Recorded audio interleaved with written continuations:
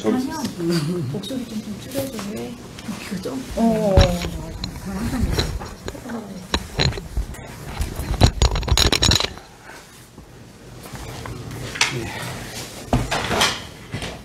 제가 날짜를 갑자기 변경시켜갖고 어머니들이 사실 어제 뭐 급하게 막 오면 할 수 있었는데 좀 여유 있게 가자 이래갖고. 잘하셨어요. 네. 어제 이제 철원에 가서 거기 이제 우리 스승님이 계셔서, 네, 스승님이 제자가 1년에 한 번씩 오고 제가 가거든요. 어떤 스승님이요? 제가 이제 청년 때 저를 가르쳤던 목사님이죠, 지금. 교회에서 저를 가르쳤던 목사님인데, 이제 같은 목사가 됐죠. 이제 그분은 은퇴가 한 4, 5년 남으셨고. 그래도 젊으신데요? 네네네, 젊으시죠. 그러니까 마인드도 되게 젊으세요. 그리고 이제 제가 여기 온 지 얼마 안 됐을 때, 그분 생각에는 좀 큰 교회, 또 더 좋은 교회, 거기 소개해 주셨어요. 거기 가서 해보지 않게. 거기는 교회 안에 도서관이 있어요. 예, 교회 안에 도서관도 있고, 교회도 단층으로 새롭게 딱 건축해갖고, 장애인들도 언제든지 올 수 있는 교회. 예. 그러니까 이제, 그 교회 안에, 그리고 저기 고기동에 있는데, 저기 대장동 옆이죠. 대장동이 어디죠? 성남? 예, 성남 마지막. 성남이요? 그 주소는 용인으로 들어가는데, 성남이, 분당 그 끝에. 참 교회가 녹지가 잘 돼 있어요. 교회 안에 한 3, 4천 명 되는데, 교회 밖만 나오면 그냥 도시인데, 교회 안에 습지도 있고, 막 논도 있고, 작은 논도 있고. 그리고 이제 거기 목사님이 그런 생태, 자연, 환경, 그걸 굉장히 중요시 여기시는 분. 4대강 막 그 개발할 때 막 전국 돌아다니면서 4대강 반대도 하시고 그랬던 이제 목사님인데, 그 목사님하고도 이제 만나 뵀죠. 근데 제가 저는 여기 그냥 양동이 있겠다고. 감사해요. 네, 이러려고 그랬나 봐요. 그래서 네, 그래서 이제 뭐 이런저런, 그러니까 1년에 한 번씩 거기 또 기도원도 있고 하니까 한 번씩 이제 스승님에게, 그분 말고도 몇 명의 목사님들 만나, 이렇게 만나서 이제 제가 하고 있는 목회나 이런 것들을 이제 객관화 시켜보는 거예요. 충고도 받고, 그 뭐 잘하는 것도 있겠죠. 사람이 잘하는 것도 있겠지만 또 제가 잘한다고 다 잘하는 건 아니니까. 그래서 좀 이제 올해는 원래 제가 혼자 가거든요. 근데 올해는 아내가 가겠다고. 그때 옆에 이웃교회 목사님도 같이 가겠다 그래갖고 두 부부가 같이 이동하는 바람에 비대해졌죠, 움직임이. 그래서 이 사람 맞추고 저 사람 맞추고 하다 보니까 몸은 피곤한데 그래도 잘 다녀온 것 같습니다. 네. 자, 오늘 15번째 수업인데요. 우선 이제 세계화, 우리 지난번에 세계화 했나요? 안 한 거 같아. 언제요? 세계화 기억나세요? 예전에. 기억나시죠? 옛날에 한 거. 세계화랑 그 다음에 유교 자본주의도 했죠. 네. 그래서 내가 헷갈렸어. 왜냐면 여기 했나 안 했나 헷갈려갖고. 왜냐면 강의를 여러 군데 해요. 제가 이제 또 다음 주부터는 또 저기 상심리라고, 상심리교회라고 소종 쪽에, 그쪽에 또 교회에 인문학 특강 가는데 약간 헷갈리는 것 같아요. 언제 쉬시는 거예요? 네? 언제 쉬시는 거예요? 짬짬이 쉬면 됩니다. 네. 자, 우리 이제 요거 한번 했는데 그냥 한번 정리해 드릴게요. 네. 한번 지난번 했지만 한번 더 정리해 보면, 지금 이제 세계화의 개념, 이 세계화가 이제 우리가 그런 말 하잖아요. 글로벌이라 그러죠. 그 지구촌이란 말이에요. 지구촌. 그 지구촌. 그래서 이제 우리가 ISO라 그래서 인터내셔널 스탠다드 오가니제이션. 그러니까 국제기구. 그 모든 제품에 이 ISO가 있어야 돼요. 그래서 ISO 9000부터 시작해서 뭐 그래서 이제 우리가 예를 들어서 이 책상을 만들 때 세계적 기준에 맞춰서 만드는 거예요. 뭐 가로는 얼마, 세로는 몰라. 뭐 책상이 뭐 다양하겠지만 뭐 이걸 만들어도 세계적 기준에 맞춰야 돼. 그래서 팔리거든요. 그러니까 ISO를 하는 이유가 뭐냐면 우리의 제품을 우리나라에서만 쓰면 안 되는 거잖아요. 그러니까 전 세계적으로 맞춰서 써야 돼요. 근데 이제 우리나라가 참 그래요. 자동차는 기준이 다르대요. 내수용, 외수용. 사실 그러면 안 돼요. 근데 그게 다 들통나거든요, 사실은. 그러니까 내수용은 좀 별로 안 좋은 걸 하고, 어차피 살 거니까. 외수용은 좀 좋은 걸로 하고, 예, 이렇게 간다 그러더라고요. 그렇게 가면 안 돼. 이게 지금 자동차 회사가 독점이어서 그래. 예, 그러면 안 되는데. 그래서 이제 이 기준이 되는 거예요. IS 기준 또는 표준이 되는 거예요. 이 표준을 만들어서 기준과 표준이 되어야 그래야 이제 다 통용이 되는 건데, 그러면 이 기준과 표준이 그냥 뭐 상품을 판매하려고만 있는 게 아니거든요. 그러니까 누군가가 상품을 구매한다는 건 뭐예요? 구매한다는 것은 그게 나에게 필요하다는 거죠. 그리고 필요하다라고 하는 것은 이제 소비자가 소비자에 맞게, 소비자의 구호에 맞게 그것을 이제 내가 요구되고 있고 요청되고 있다라는 것은 이 상품을 판매하는 사람이 소비자의 취향을 이제 뭐예요? 취향을 안다는 거예요. 그러니까 그냥 이게 그 뭐랄까 비즈니스 개념으로 ISO가 있는 게 아니라 이 ISO 비즈니스 그러니까 이 ISO 안에는 뭐가 있냐면 이런 게 있는 거예요. 기준이 있다라고 하고 표준이 있다라고 하는 것은 이 안에 뭐가 들어가냐면 이런 게 들어가는 거예요. 자, 이 안에 인권이 들어가요. 사실은 제품 안에도 인권이 있어요. 인격이 있어요. 그리고 뭐죠? 평등이 있어요. 그 다음에 자유가 있어요. 그러니까 이게 무슨 말이냐면 이런 거예요. 자, 옛날에는 제품에 자유가 없었어요. 왜 그랬을까요? 자, 요즘에는 자동차가 다양한 색깔로 자동차를 사죠. 근데 되게 선호하는 색깔이 뭐예요? 하얀색, 검은색, 회색, 빨간색, 노란색 잘 안 하죠. 왜 그럴까요? 이전에 자유가 없었던 시대에 젖어 있어서 그래요. 근데 요즘 신세대는 안 그래요. 그죠? 제가 다음 주에 차가 나와요. 근데 무슨 색깔이냐? 하얀 색깔이에요. 누가 그걸 골랐냐? 우리 딸이 골랐어. 제가 오른 검은색 골랐어요. 네. 지금 차는 교회 차고 이제 개인 차가 없어요. 그러니까 이제 물론 교회 차를 타고 다녀야 되는데 저기 차가 크잖아요. 기름값이 너무 많이 들더라고. 그리고 하이브리드라 그래서 기름값 좀 덜 들어가는 거 그게 샀죠. 한 6개월 걸리더라고. 하이브리드 좀 인기잖아요. 예, 기름값 잘 안 들어가니까. 그러니까 이제 이 옛날에는 제품에도 이미 이런 거죠. 우리 처음에 그 얘기했죠. 자, 생산을 할 때 소품종, 그죠? 소품종 대량 생산을 해요. 왜? 이것밖에 살 게 없어. 그래서 어떻게 해요? 어쩔 수 없이 그 차를, 그 제품을 사야 돼. 내가 뭔가를 필요하면은 다양한 게 있어서 고르는 게 아니에요. 그러니까 뭐죠? 자유가 없는 거예요, 자유가. 선택의 자유가 없어요. 그냥, 근데 요즘은 어때요? 요즘은, 자, 예, 다품종 무슨 생산해요? 소량 생산을 해요. 그래서 요즘에는요, 왜 버스 있죠, 버스 15인승 이거 버스는 주문 생산이에요.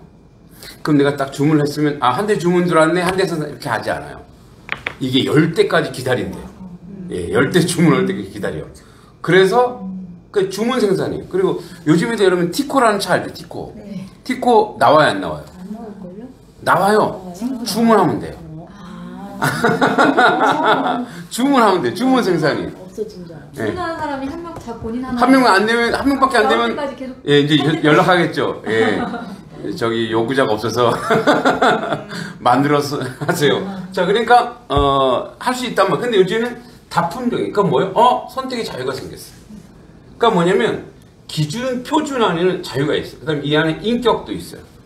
그러니까 왜 인격과 인권이 있냐면, 자, 어떤 제품을 생산할 때 모든 사람들이 내가 어떤 걸 선택했을 때 내가 뭐 못 산다고 해서 잘 산다고 해서 이 제품을 나는 못 사니까 요런 걸 사야 돼. 아니죠. 내가 못 살아도 내 차는 이 정도 살 수 있죠. 그러니까 뭐예요? 내가 이제 비즈니스적인 어떤 제품의 기준 안에는 인권과 인격이 동시에 다 존중되는 거예요. 존중. 이 제품 안에 존중되는 거예요. 그러니까 내가 존중받는 거예요. 이런 경우 있어요. 자, 호텔에 갔는데 그 작은 차를 몰고 갔어요. 이렇게 티커를 몰고 가. 그러면 아저씨 저쪽에 대요. 트럭 몰고 가. 아 저쪽으로 대라니까요. 근데 고급 승용차를 몰고 가. 그럼 어때요? 잘. 이제 물론 그 사람들이 차별하는 거죠. 근데 이제 지체 높은 사람들이 아주 작은 차를 끌고 갈 경우도 있거든요. 사실은. 그러니까 무슨 말이냐면 이 제품 기준이 만들어지면 표준이 만들어지면 그 안에 모든 사람에게 골고루 이 제품이나 이런 것들을 맛볼 수 있도록 이 기준이 평준화되는 거예요. 그러니까 옛날에는 그래서 뭐라 그랬어요? 요즘에도 중국산도 좋아졌죠. 근데 아직도 이런 어떤 뉘앙스가 남아 있어요. 중국산은 이거 중국산이지. 옛날에 한국산이 그랬다고요.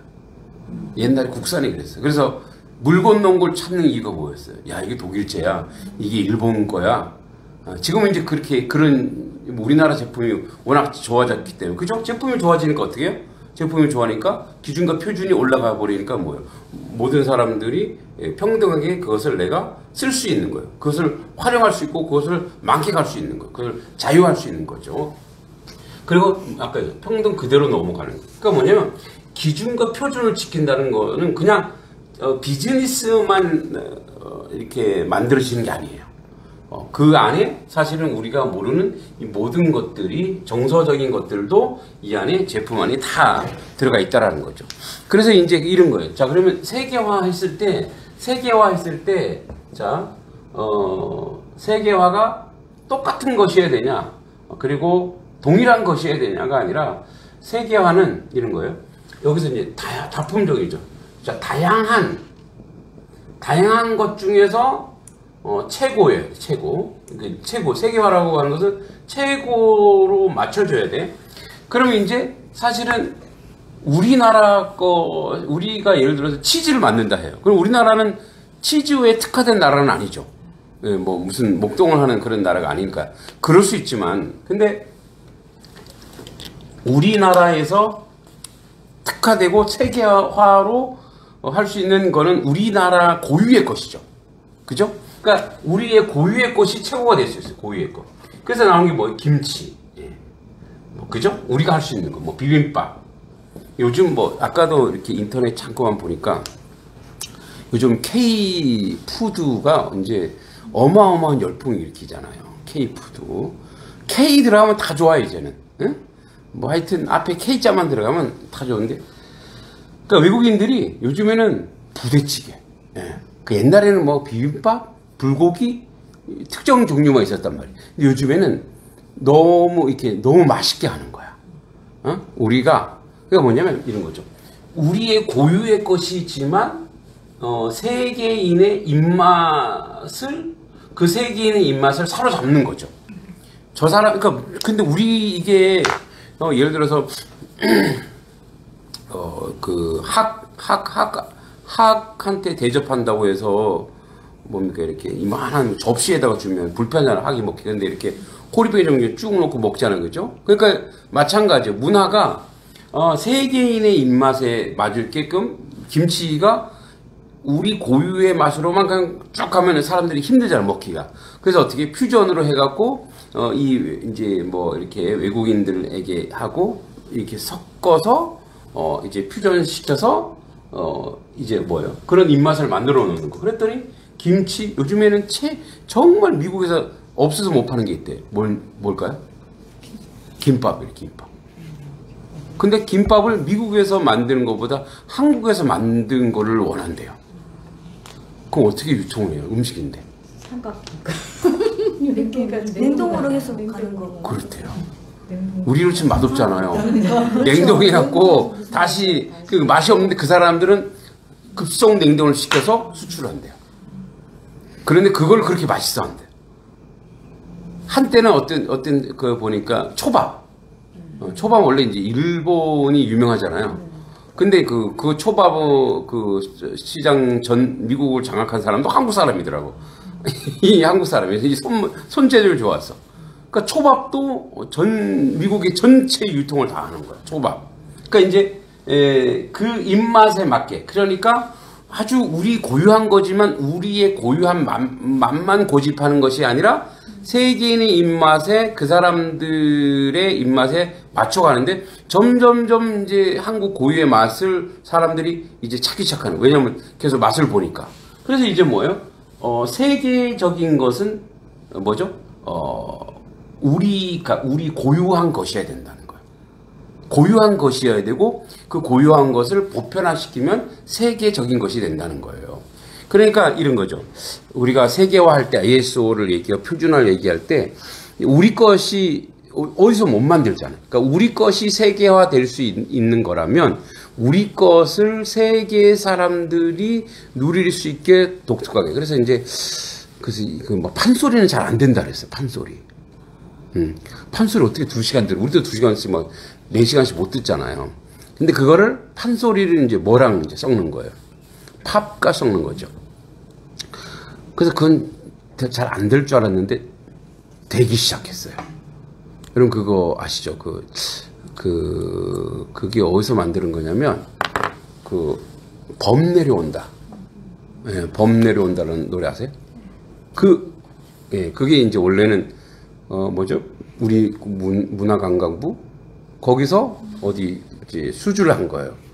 그래서 이제 그런 국악을 하는 국악과 이걸 전공하는 사람들이 이 범 내려, 그러니까 이 범 내려온다 조회수가 수십억 조회수. 사람들이 재밌기도 하지만 우리 것과 연결되어 있는 그런 거죠. 그러니까 이제 이런 걸 봤을 때 이제 우리가 인문학이란 그래요.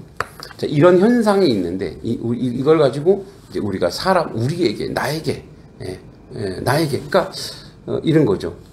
내가 사람들에게 어필이 되고 내가 사람들에게 인정을 받고 내가 사람들에게 이해되려면 누군가를 모방하고 따라가는 게 아니에요. 모방하고 따라갈 수 있어요.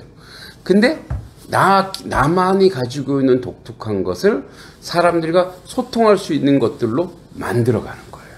예. 그죠? 이제 우리 아이들도 마찬가지인데, 그러니까 아이들이 이제 어릴 때는 모방하고 쫓아가고 따라가지만 결국 계속 따라가다 보면 나는 이륙밖에 안 되잖아요. 예. 근데 그렇게 모방하면서 그것을 내 것으로 만들고, 그 다음에 자기화 하는 거죠. 그러니까 그렇게 개성을 만들어가는 거예요. 그러니까 이제, 저도 그래요. 저도 이제 시골에서 목회를 하는데, 여기서 목회를 했을 때, 목회에 뭐 성공 실패가 있을 수 없지만, 어떻게 하면, 그럼 여기서, 나는, 할 수 있을까? 그럼 이제, 그래서 저는, 이제, 이렇게 시골 목회하는 분들의 목회 상황을 이렇게 보는데, 전부 다 이제 뭔가 잘 되면, 그걸 따라가려고 그러는 거예요. 뭐 이제, 우리 기독교 안에 보면은 이제 뭐 어성경을 한대. 성경이 이렇게 있고, 또 어떤 걸 보니까 무슨 폭발 전도 뭐 이런 걸 한대요. 근데 이제 저거는 내게 아니거든. 그래서 그걸 뭐 효과는 있을 수 있지만, 그럼 나는 뭘까? 내가 할 수, 그건 이제 내가 도시 교회에서도 마찬가지였어요. 내가 할 수 있는 게 뭐지? 그럼 내가 할 수 있는 거는 이런 거예요. 내가 좋아하는 거야 돼. 그걸 통해 행복해야 하는 거야 돼. 그리고, 여러분, 내가 좋아하는 거는 결국은 잘하게 돼 있어요. 좋아하니까. 잘하게 돼 있어. 잘하면 그걸로 행복하게 돼 있거든. 그럼 내가 좋아하고 잘하는 게 뭐냐 봤더니, 저는 이거예요. 가르치는 거, 교육. 교육이다. 그리고 또 하나 뭐냐? 난 축구를 좋아해. 운동이다. 그러니까 교육과 운동을 복합시켜서 뭔가를 연구하고 만들어 보자. 그래서 제 나름대로 이제 이거를 하게 된 거죠. 그리고 그러니까 처음에 여기 와서 이게 안 먹힐 줄 알았어요. 왜냐하면 여기 너무 공부를 안 하네. 애들이 관심이 없어. 예. 교육에 관심이 전혀 없는 거예요. 애들이. 그러니까 이제 제 교육의 발등에 불 떨어지는 애들이 누구예요? 고등학생이잖아요. 근데 고등학생들이 초월해 있어요. 교육에. 초연해 있어요. 전혀 관심이 없는 거예요. 와, 그럼 여기는 어떻게 하지? 그래서 그러면 아주 어린 학생부터 잡아야 되겠다. 이제 이런 생각을 하게 됐고, 운동은 뭐 계속 하고 있는 거니까 운동은 계속 하게 됐고. 그러니까 이게 사실 저를 행복해 하는 거예요. 그러니까 이게 이제 특징이고 특화되고 그렇게 되면 뭐예요? 이게 내가 가지고 있는 특징이고 특질이고. 그리고 이제 저는 사실 이렇게 가르칠 때 좀 이렇게 행복을 느끼거든요. 그러니까 이제 처음에 뭐 아이들 공부할 때도 그러고 한 명, 두 명 와도 저는 해요. 왜? 내가 행복한 거니까. 근데 이제 이거를 효과를 보려면 한 명밖에 안 왔어? 못하겠네. 이거 안 되나 보다. 이렇게 되는 거죠. 그러니까 뭔가 열매를 바라보고 뭔가 효과를 바라보면은 못하는 거예요. 한 명, 두 명 오면. 그러니까 이제 예전에는 이제 이렇게 우리 애들 지금 막 오기 전에는 여름에는 막 한 명, 두 명 놓고도 토요일 날 계속 했어요. 그러니까 근데 이제 이게 사람이 그러면 많아졌다가 다시 작아지면 안 할 거냐? 그러다 하는 거예요. 왜? 이 행위가 중요한 것이지. 나는 그래서 이만한 효과가 있다, 이만한 열매가 있다가 중요하지 않거든요, 사실은. 그게 뭐냐면 행복해하는 거와 그냥 어떤 결과를 보려고 하는 거의 차이예요.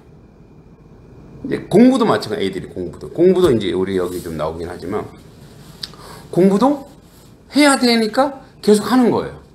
그래서 아이들이 거기서 공부에 즐거움을 느끼면 어떻게 해요?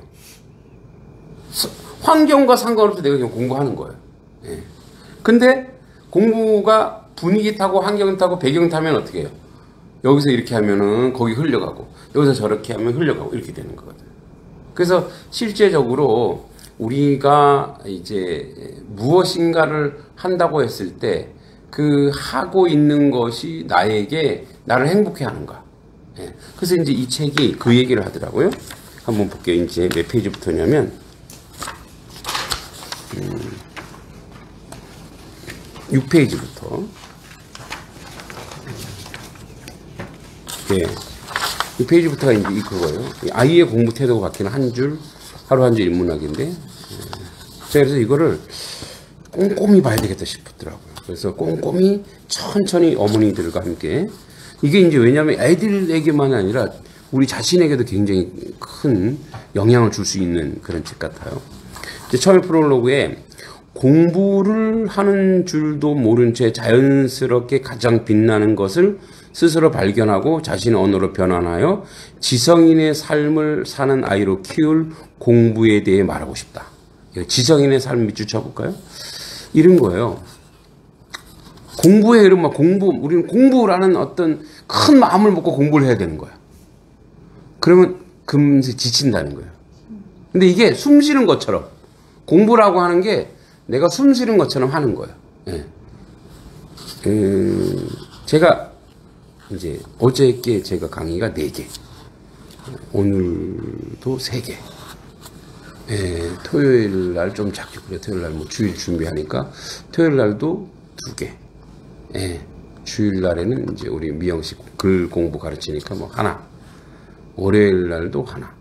화요일 날도 2개.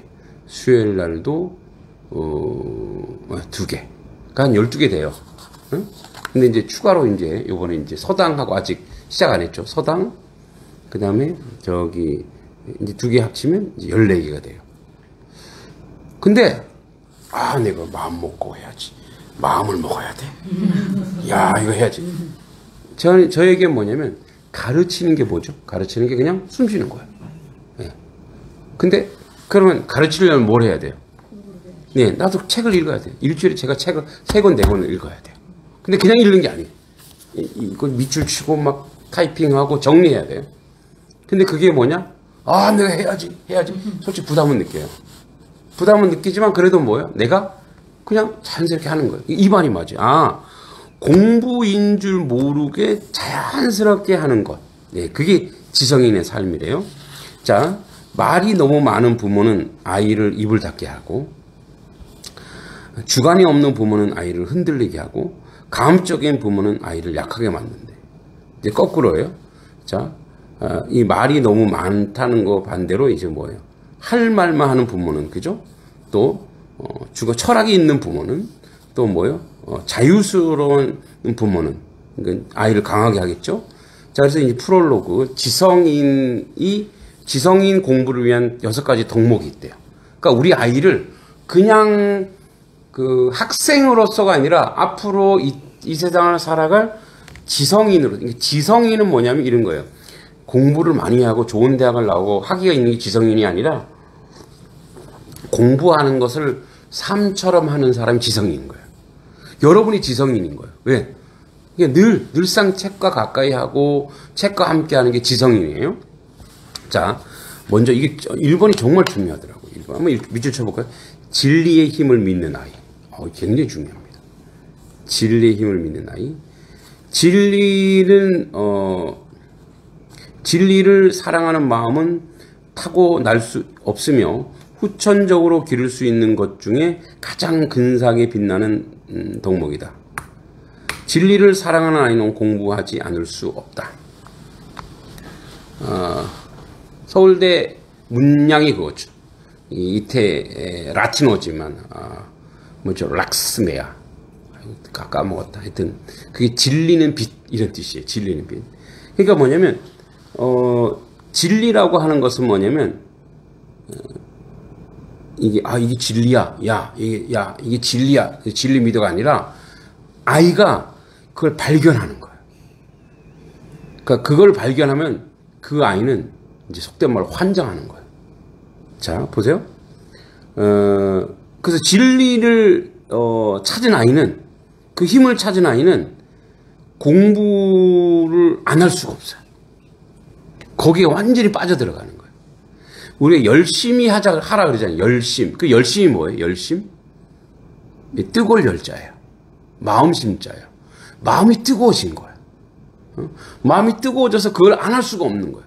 예. 우리 애들이 게임할 때 마음이 뜨거워지잖아요. 그죠? 예. 그래서 열심히 하잖아요. 그래서 엄청나게 집중하죠. 그게 열심이에요, 열심. 이제 그거를 진리를 발견하게 하는 거죠. 또 공부 철학이 필요하대. 철학이란 삶의 원칙이라 볼 수 있다. 어려운 공부는 공부가 아니다. 쉽게 공부하기 위해 공부 철학이 필요하다.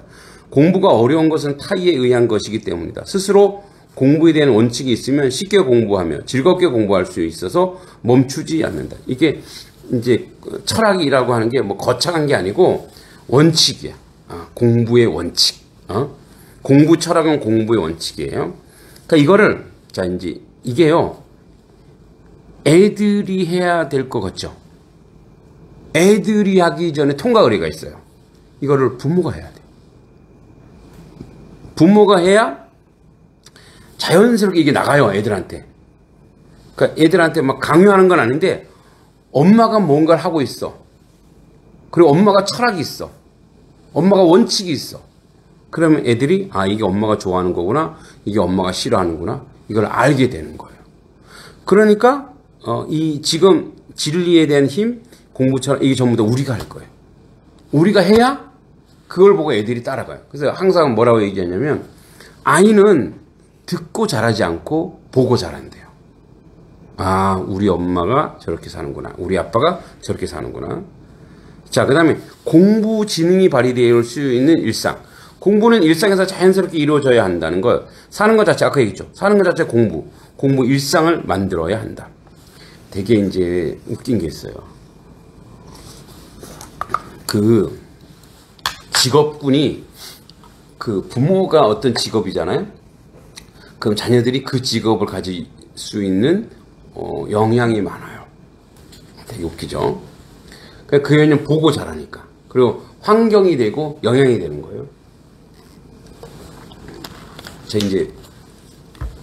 제 아버지는 뭐 사업을 했지만 저희 집안에 교사가 한 7, 8명 되고 그 다음에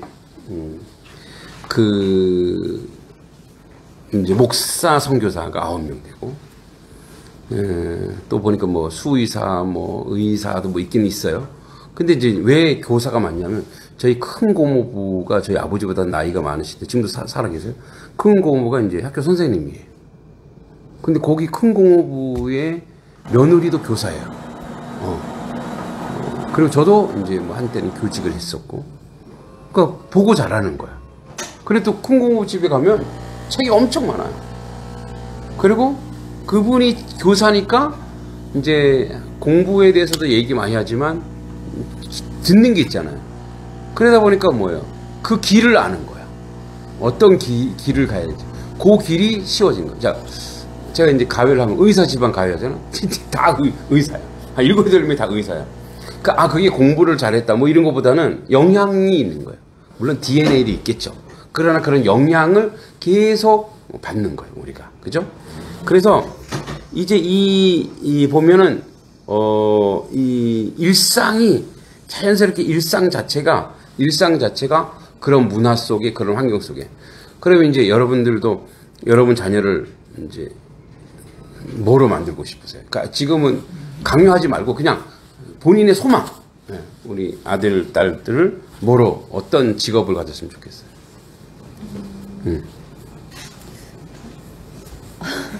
한 번도 그냥 아이들이 그냥 자기가 원하는 거, 그러니까 이게 직업하고 즐거움을 갖는 건 좀 다를 수가 있더라고요. 그렇죠, 그렇죠. 네, 그러니까 직장이 좀 자기가 원하지 않는 직장을 가더라도 즐거움을 주는 그런 취미 생활을 하면서 살아갔으면 좋겠다는 생각이 들고 그냥 쟤네들이 즐거워하면 저는 아무거나 다.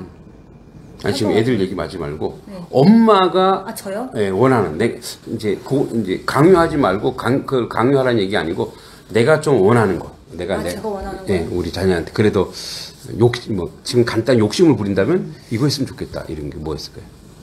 근데 저는 아직 그렇게 생각은 해보진 않았어서. 네, 있어요. 있죠. 뭐 아니요. 내가 원하는 거. 아니요. 없어요? 네. 그래서 그냥 저는 제 욕심은 아이들이 그냥 즐겁게 하는 걸 했으면 좋겠다. 그런 그래? 그렇게까지 생각을.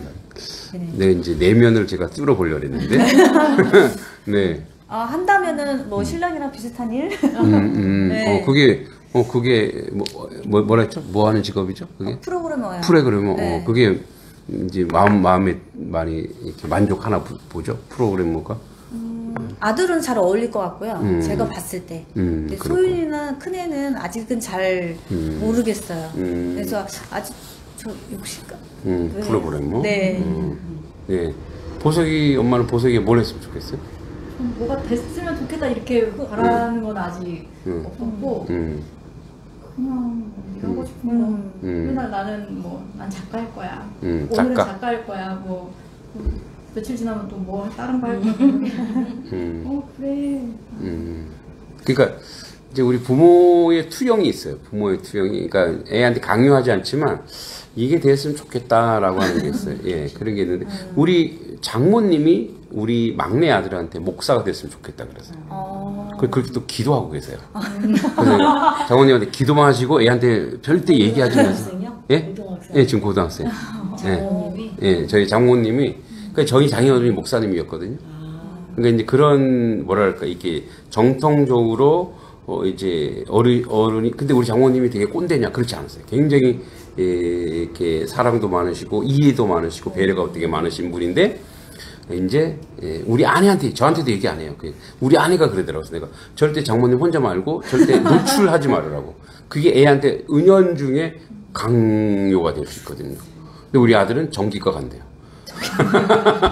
전기과 갔다가 또 이런 식으로 얘기해요.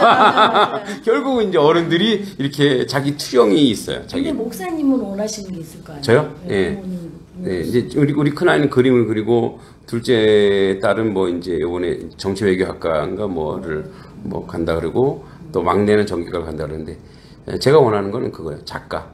자유로운 작가, 창의적, 그러니까 예술 계통의 뭔가를 해라. 앞으로는 그러니까 예술이 먹고 사는 거야가 아니라 예술이라고 하는 것 자체가 창작하고 하기 때문에 어디에 어떤 프레임에 갇혀 있지 않는 사고를 가질 수 있으니까. 그러니까 뭔가 프레임에 갇혀 있는다는 게 제가 되게 싫어했거든요.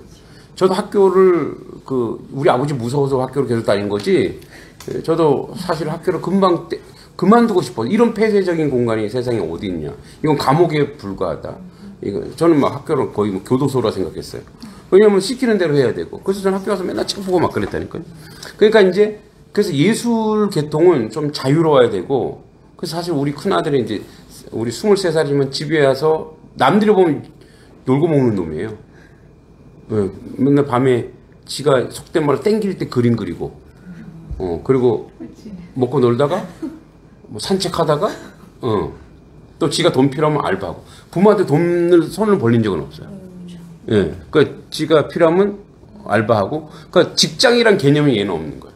아 그러니까 나는 이해하는 거야. 아 저기 예술가지. 저기 예술가의 삶이지. 근데 이제 미래를 내다보면 그래서 주변 친척들이 야 진짜 너는 머리 좋고 못하는데 왜 이렇게 쓰고서요. 내가 얘기하지 말라고 그런 저기 저 아이의 삶이다 이렇게 얘기하죠. 또 뭐냐면 이거 제가 이걸 왜 물어봤냐면 우리가 투영시키는 우리도 모르게 이렇게 은근히 아이들한테 강요하는 위치가 있어요. 예. 그리고 애들은 그거를 인식해요. 그거를 느껴요. 아, 엄마가 나한테 원하는 게 이거구나. 아빠가 나한테 원하는 게 이거구나. 그걸 느끼기 때문에 그래서 아이들은 거기에 대한 부담이 없을 것 같지만 부담이 있어요. 그래서 자기가 뭔가를 이제 할 때 그 부모의 의견을 귀담아 들어요. 아 그게 생각이 나요. 그래서 그래 우리 엄마가 원하는 과가 이거니까 간다. 근데 다 후회한다. 자기가 원하는 게 아니거든 사실은. 그러니까 여기서 이제 뭐냐면 그 공부는 일상에서 자연스럽게 이루어져야 한다가 공부가 일상에서 자연스럽게 이루어지는 것은 이게 무슨 공부냐는 거예요. 그래서 우리가 이제 위기지학, 위인지학 한번 공부해봤죠. 이게 위기지학이냐 위인지학이냐 공자 얘기인데 자, 위기냐 위이냐 공자의 말이죠. 위기가 뭐라 했어요? 위인은 사람을 위한 공부. 그러니까 뭐냐면 기능적인 공부예요. 내가 뭐가 돼야지 좋은 대학을 가야지. 그죠? 위기는 뭐냐면 진짜 뭐예요? 자기 수양을 위한 공부. 응? 자기 학문을 위해 자기 내적인 것. 여기에서 진리를 발견하는 거죠. 그러면 그래서 이 자기를 갈고 닦는 이 공부가 결국은 뭐예요? 그게 효과를 드러내서 기능도 발휘할 수 있으면 좋은 거예요, 사실은. 근데 기능으로 가면 뭐예요? 이건 학문이 아니기 때문에 깊이 못 들어가요. 그냥 기능만 얻으면 끝나는 거예요. 그래서 이거는 뭐예요? 거기서 끝나버려요. 그죠? 자, 의사가 됐어, 의사 자격증 따잖아요? 그러면 이제 우리가, 허준처럼 의술을 더해서 많은 사람들에게 의술을, 이런 게 없다고요. 그 의사 됐으면 그냥 그걸로 의료 행위를 함으로써 근데 그런 사람 있죠. 제가 알기로는 이제 의료 선교나 의료 행위 더 연구해갖고 아주 오지에 가서 의료를 슈바이처 같은 사람들 이런 사람들은 뭐예요? 이 사람들은 의술이 수양이에요. 의술을 통해서 사람들을 이렇게 더 하는 그러니까 그런 자리로 가게 하는 게 일상이에요. 그러니까 일상은 공부라고 하는 것은 평생 자기한테 내가 해야 될 일들을 연구하고 개발해서 이제 민생 복락이죠. 다 많은 사람들에게 뭔가를 줄 수 있는. 자, 공부하는 두뇌. 하루 한 줄 필사는 아이들의 두뇌, 지성인의 두뇌로 바꿀 수 있다. 예. 이거 부모님들도 할 수 있죠. 하루 한 줄 필사. 예, 기록하래요. 자꾸 기록하래요. 제가 이제 이 하루에 한 페이지씩 기록합니다. 그러니까 책을 읽고 이렇게 A4 한 페이지, 하루에 한 페이지만 해요. 이게 더 많아지면 뭐가 돼요? 이게 부담이 돼요. 근데 하루에 한 페이지가 어마어마합니다. 예. 하루에 한 페이지. 그러니까 이제 하루에 한 페이지 책을 통해서 지식을 끌어당기고 또 하루에 한 페이지나 두 페이지는 제가 창작 활동을 하죠. 이제 소설을 쓰죠. 이렇게. 그러니까 하루에 한 페이지는 남의 걸 끌어다 내 것으로 만들려고 하고 하루에 두 페이지나 또 한 페이지는 뭐예요? 내 것을 바깥으로 끌어내는 거예요. 예. 이게 이제 에듀케이션이죠. 들어왔던 게 나가는 거예요. 이제 이런 게 돼야 되는데 그래서 이제 우리 독서스쿨에도 계속 애들한테 자꾸 따라쓰기를 시작하는 거예요. 그리고 우리 이제 주중 독서스쿨에도 이 책 보고 문장 쓰기가 있어요. 문장 쓰기를 계속 시키는 거예요. 문장을 자꾸 써봐라. 이게 대단히 중요하죠. 그러니까 읽는 거에 3배, 5배 효과가 있다는 거예요. 자, 실천. 안다는 것은 실천을 포함하고 있어야 된다. 주도적으로 공부하는 아이. 배운 것을 일상에서 실천하면 모든 것을 나의 것으로 만들 수 있는 아이로 키워야 한다. 그러니까 뭐냐면 공부를 왜 하느냐? 그럼 이것을 실천해야 되는 거예요. 우리가 지난번에 칸트 계몽 얘기도 했죠. 그러니까 우리가 아는 것을 실천하는 게 진짜 계몽이라는 거예요. 그래서 자꾸만 이거를 실천으로 옮겨야 이게 진짜 뭐가 되는 거예요? 내 것이 되는 거예요. 내 것. 실천으로 옮겨야 되는 거예요. 창조와 주관, 혼자서 많은 것을 스스로 할 수 있는 아이로 키우는 법과 시시각각 변하는 세상의 중심을 지키며 사물의 숨은 가치를 발견하고 창조적인 아이로 자라게 키울 수 있는 방법을 고민한다. 그러니까 이제 이게 창조는 여기서 와요. 공부했죠. 공부한 것을 제가 실천하죠. 그러면 공부한 것을 실천하고 새로운 게 나와. 그게 창조예요. 그러니까 창조는 이거예요. 창조는 내가 공부한 거를 반복하고 실천하다 보니까 내게 나오는 거예요. 자, 이제 우리 교회 이제 집사님 중에 경찰관이 있는데 그분이 어느 날 작년에 자기 경찰관이 동료 경찰관이 쓴 시라고 저한테 읽어주는 거예요. 제가 딱 듣고 이거 누구 시인데? 그 사람은 지금 누구 시에 빠져 있는 거야. 그러니까 자기가 시를 썼어. 근데 그게 정호승의 시가 그대로 거기 있는 거야. 말만 바꿨어. 그래서 아류가 된 거죠. 아류. 근데 그게 나쁜 게 아니에요. 그러면다가 자기께 나오는 거거든요. 그래서 내가 듣고 야 이거는 이 문구는 누구시네. 이 문구는 누구시네. 야 짜증이 정말 잘했네. 그래서 그럼 뭐 이거 못 쓴 거야? 했더니 아니 잘하고 있는 거라고. 이분 계속 시 쓰라고 하라고. 그래야 자기께 나온다고. 그러니까 남의 걸 자꾸 모방하다 보면은 뭐예요? 자기께 나와. 제가 첫 시집을 내려고 그랬어요. 21살 때인가? 그래서 막 시를 했으니까 그때 그때 목사님 같은 분이 시를 보시더니 오 잘 썼다. 이거를 내가 이제 김소엽 시인이라고 있어요. 중앙대 교수님. 그분한테 갖다서 추천을 받아서 시를 써보자. 그분이 딱 보더니 엄청 고쳤어요. 제 시를. 새까만 거야. 그리고 밑에다 썼어요. 윤동주의 아류작입니다. 그 윤동주를 제가 되게 좋아했거든요. 그러니까 뭐예요? 내가 이제 좋아하는 시인 윤동주, 한용운 막 스님이지만 시어가 어마어마하거든요. 진짜 그 시어가 와 이거는 진짜 참 정말 천재적이다. 저는 한용운 시인 되게 좋아하거든요. 그런 시, 그다음에 김소월이라든지 하여튼 그런 시들 짬뽕한 거예요. 제가 이게 완전히 짬뽕이야. 그러니까 저도 기분 나쁜 거예요. 안 내. 기분 나쁜 거죠. 근데 이제 그때는 뭐예요? 아직까지 모르고. 근데 계속 쓰다 보니까 뭐예요? 내 글이 나오는 거예요. 내 글감이 나오는 거예요.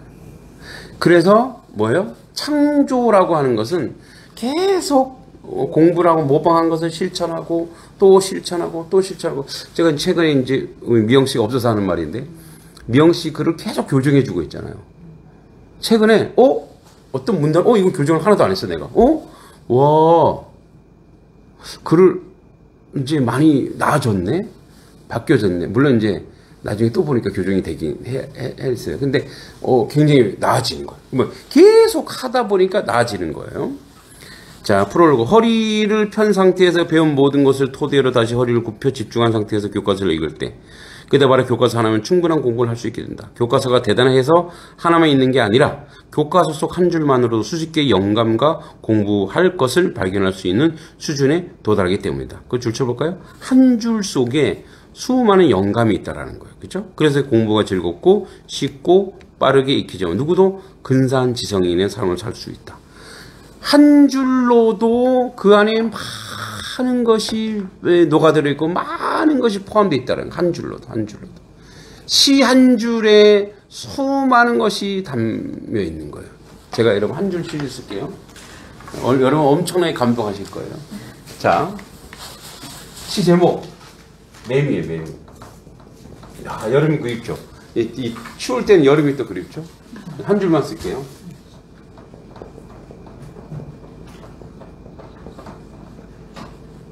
끝. 오늘까지만 울게. 영감이 안 오죠. 시적 정서가 없으시죠. 매미 시끄럽잖아요. 우리 뭐라 그래? 아우 시끄러워 그러죠. 근데 매미가 그래 미안해 오늘까지만 울게. 근데 왜 매미가 이런 말을 하느냐? 매미는 7년을 응? 그 속에 갇혀 있다가 7일을 살잖아요. 예, 그러니까 그 인고의 세월을 네가 알아? 너 같은 인생이 알아? 내가 오늘까지만 울게. 이런 식으로 이제 장난스럽게 썼지만 시 한 줄에도 세상을 담을 수 있는 게 있다. 그러니까 어떤 글 한 줄에도 세상을 담을 수 있는 게 있다라는 거예요. 자, 5번째, 부모는 많이 아는 사람이 아니라 자주 안아주는 사람이래요. 네. 품어주는 사람이에요. 많은 지식을 전하는 사람이 아니라 뜨거운 사랑을 전하는 사람이다. 많은 세상을 보여주는 사람이 아니라 깊은 내면을 보여주는 사람이다. 원하는 것을 시키는 사람이 아니라 원하는 모습을 향해 함께 달려가는 사람이다. 예, 이게 부모래요. 자, 그런데 이제 그 2번째, 자, 하루 한 줄 인문학 활용법이 있습니다. 자, 살아야 하는 이유를 아는 사람은 삶을 포기하지 않는다. 마찬가지로 공부해야 하는 이유를 아는 아이는 절대 배움을 포기하지 않는다. 스스로 배움을 추구하며 산다는 것, 하나를 보면 열을 깨우친다는 의미다. 세상의 명령이 아닌 내면의 소리에 반응하며 그때그때 느껴지는 미묘한 것을 발견할 수 있기 때문이다. 내면의 소리를 따르는 아이는 순간적으로 변하는 자연처럼 아무도 모르는 다양한 것을 깨우칠 수 있다. 여기 6가지 조언을 머리에 선명하게 그려질 때까지 반복해서 읽어라. 그리고 써라. 자, 첫 번째가 뭐래요? 감성과 이성을 적절히 제어하는 선택 예술이 돼요. 자, 이런 거였어요, 여러분. 길에서 구걸하는 사람이 돈을 줘야 하나? 여기는 그 없지만 이렇게 도시 가면 구걸하는 사람 있잖아요. 근데 우리 계산하잖아요. 저 사람이 저게 지금 진짜 불쌍한 사람인지 직업인지. 예.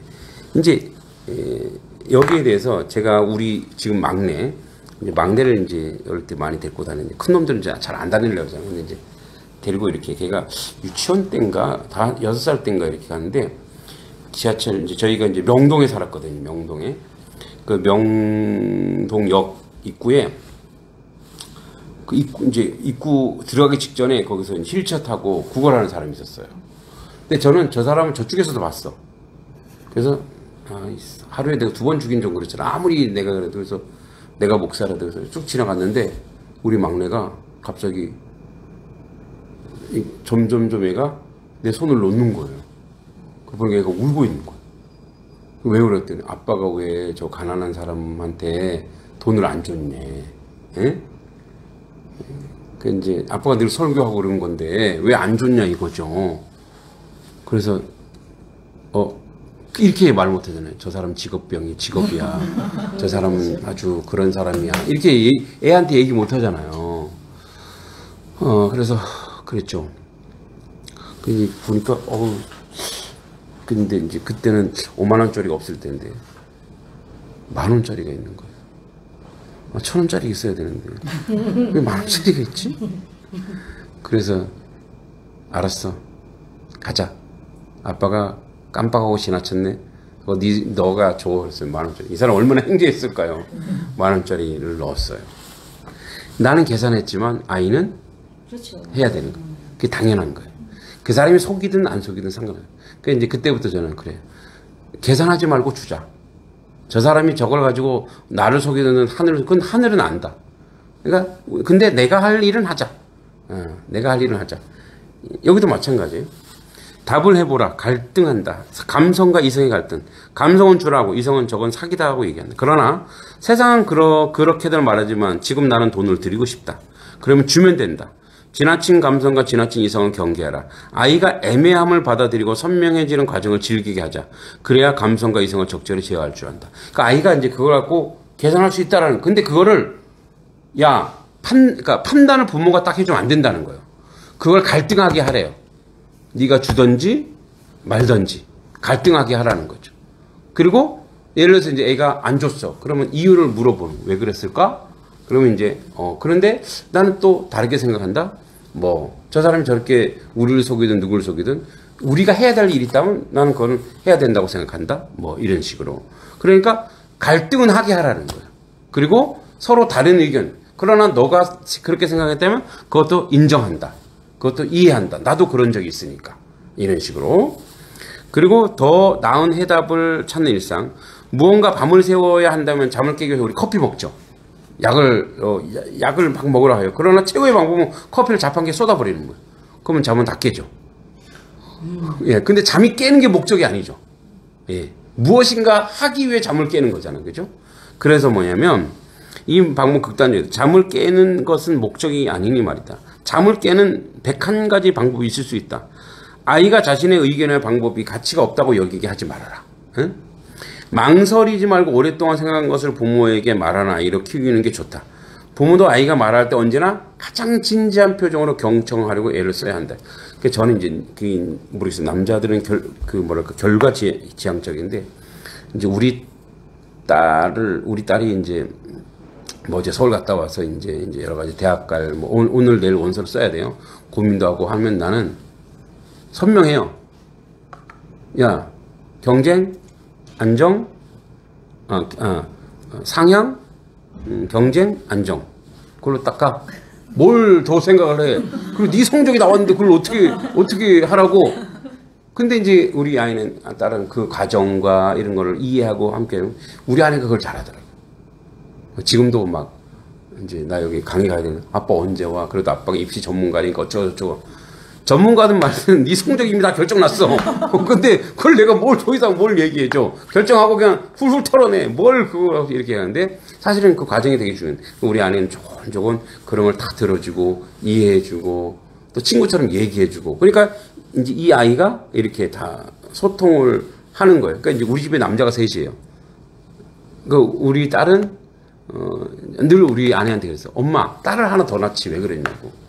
그 남자 둘이서 소통이 잘하고 뭐 게임도 열심히 하고 자기들이 잘하는데 자기는 혼자인데 자기의 친구가 없다 이거예요. 친구가 없다. 그때 그 옆에 강아지 우리 애완견이 있거든요. 제 친구들 때는 저놈도 남자야.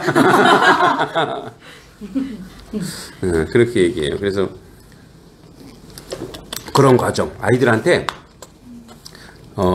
내가 이 말을 하면 이거는 무가치한 거, 이거는 쓸데없는 말이지. 그렇게 자기를 격화시키거나 자기 의견이 아무것도 아니라고 생각하게끔 하면 안 된다는 거예요. 그러니까 아이가, 그리고 우리 그런 말이죠. 야, 시끄러워. 야, 왜 이렇게 이상한 생각을 해? 이렇게 하면 안 된다는 거예요. 다 들어주고, 그러네? 그걸 인정해주고, 그래야지 자기의 의견이 소중한 걸 알고, 그래서 다른 사람한테 자기 의견을 이렇게 제시를 해야 되는데, 이게 왜 중요하냐면요. 이게, 물론 이제 정서적으로 학문적으로 되게 중요한데, 어떤 위험에 처했을 때, 이게 가스라이팅을 당할 수 있거든요. 자기 의견을 제시하지 않으면. 정확히, 선생님, 지금 선생님이 그렇게 얘기하면 저가 위협을 느껴요. 저게 되게 힘들어. 자기 의견을 내야 되는데, 거기서, 그 선생님이, 하면 따라가다 보면 뭐예요? 굉장히 폭력을 당할 수도 있고 나쁜 일을 당할 수도 있거든요. 자기 의견을 제시하지. 그래서 또 뭐라 그래요? 가해자들은 제가 가만히 있길래 그러는 줄 알았다고 얘기해요. 근데 자기 의견을 확실하게 표현할 줄 알아야 돼요. 아주 사소한 것이라도 얘기할 줄 아는 아이. 근데 그래야 자기가 이제 수정이 되거든요. 자, 그래서 더 나은 해답을 찾는데 과정이 중요해요. 결정을 내려주는 게 아니라 아이랑 계속 소통하면서 아이가 계속 이야기하면서 그 아이가 말할 수 있게 해줘야 돼요. 자꾸 말할 수 있게. 집에 가면 엄마 아빠만 얘기하면 안 돼요. 아이 얘기가 더 많아야 돼요. 우리 집에 가면 우리 아내보다 우리 딸 얘기가 엄청 더 많아요. 저는 속으로 다 쓸데없는 얘기인데 우리 아내는 다 들어주더라고요. 네. 자, 그 다음에 시선을 창조하는 관점의 변화인데, 자, 지식을 습득하는 과정은 되게 주입식인 암기입니다. 그죠? 자, 그리고 암기를 잘 하는 사람을 보고 불공평하다라고 선언할 수 있어요. 왜? 쟤는 너무 잘 외워. 나는 못해. 근데 배움이란 지식의 습득만 있는 게 아니고 새롭게 바라보는 것이 참된 지식이다라는 거예요. 이런 아이는 다르다. 새로운 생각, 새로운 실험, 호기심을 가지고 새로운 영감을 발견하는 과정이 필요하다.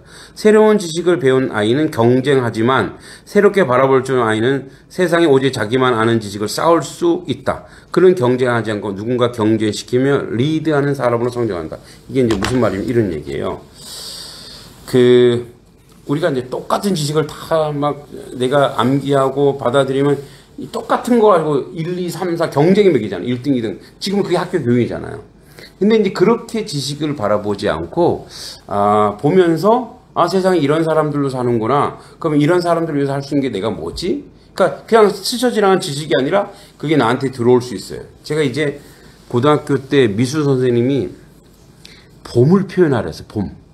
그래서 마음껏 표현하는데 이제 대개 아이들은 뭐예요? 도화지에다가 수차에다가 진달래꽃 그리고 개다리꽃 그리고 그러는데 저는 그 준비를 못 해왔어요. 그거를 이제 실기 하는 날이라 다 준비해야 되는데 근데 친구들 보니까 어떤 친구 색종이가 이제 있더라고요. 색종이를 하나씩 다 야 좋아. 그리고 저 뒤에 가니까 이제 그 책상 뒤에 보면 이렇게 소쿠리 같은 게 하나 있더라고요. 그래서 그거를 팍 찢었어요. 그 뭐 노란색, 빨간색, 하얀색 팍 찢었어요. 그리고 거기다가 다 담았어요.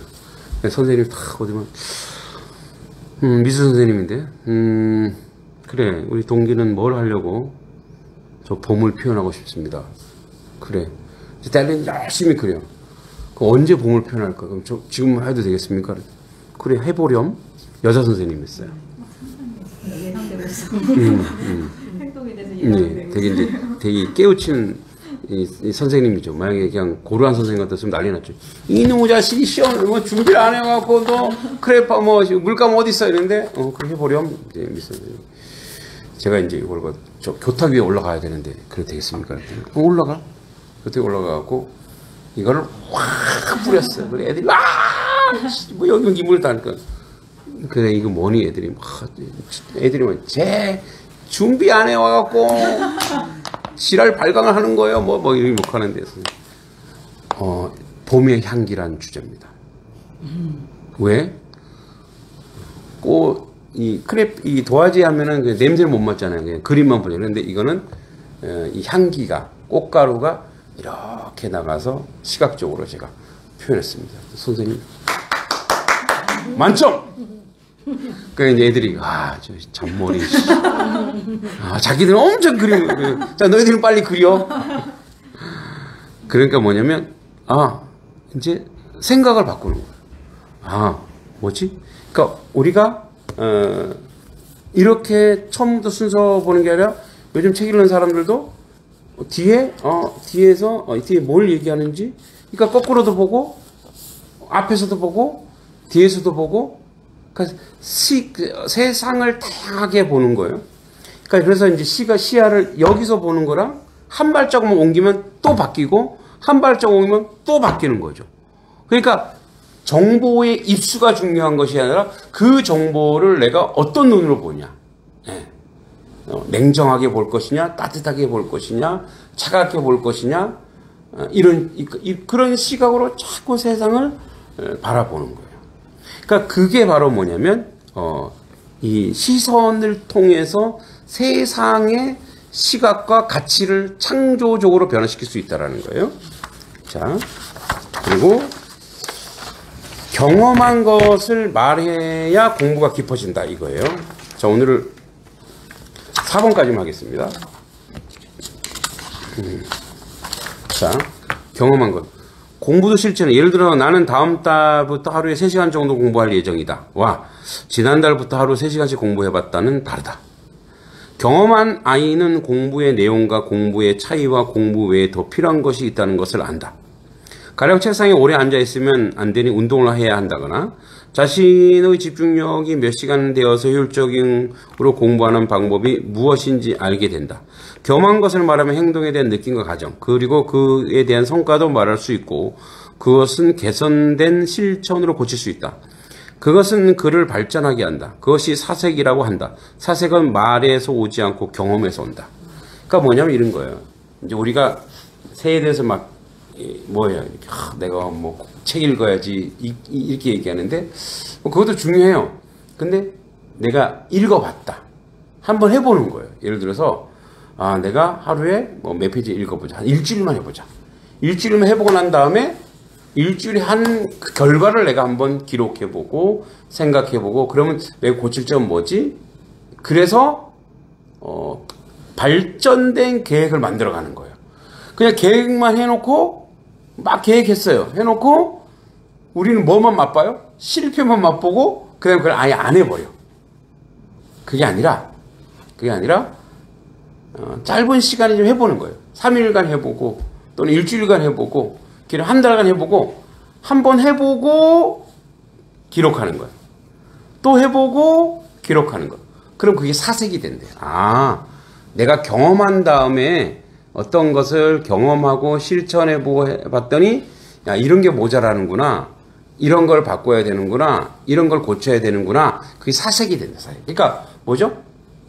계획과 사색은 틀린 거예요. 그러니까 사색한 다음에 계획은 또 달라지는 거죠. 그래서 우리가 뭔가를 그냥 맹목적으로 계획하기보다 조금 고민하면서 생각하면서 사색하는 게 굉장히 중요하다는 거죠. 제가 이제 이 책을 읽으면서 제가 요거는 책을 그대로 뺏긴 게 아니라 제 나름대로 좀 정리를 한 거예요. 그래서 이제 다음 시간에도 조금씩 앞에 이제 인문학 강의하고 앞에 이렇게 조금씩 이런 식으로 이게 되게 정말 이거 성경책처럼 읽어야 돼. 이게 천천히 이렇게 조금씩 차근차근 이거 갖고 우리가 10번을 하더라도 이걸 완전히 어머니한테 끝내게 해줘야 되겠다. 왜냐하면 이게 그냥 스킬만 있는 게 아니더라고요. 철학도 있고 의미도 있고 그 다음에 뭐랄까 습관도 들일 수 있고 그래서 굉장히 좋은 거여서 자 이제 화면 보고 아직까지 이거 안 사신 어머니들 빨리 사셔서 이렇게 조금씩 읽으세요. 올해 이거는 끝냅시다. 네, 좋습니다. 자 여기까지 하겠습니다. 수고하셨습니다.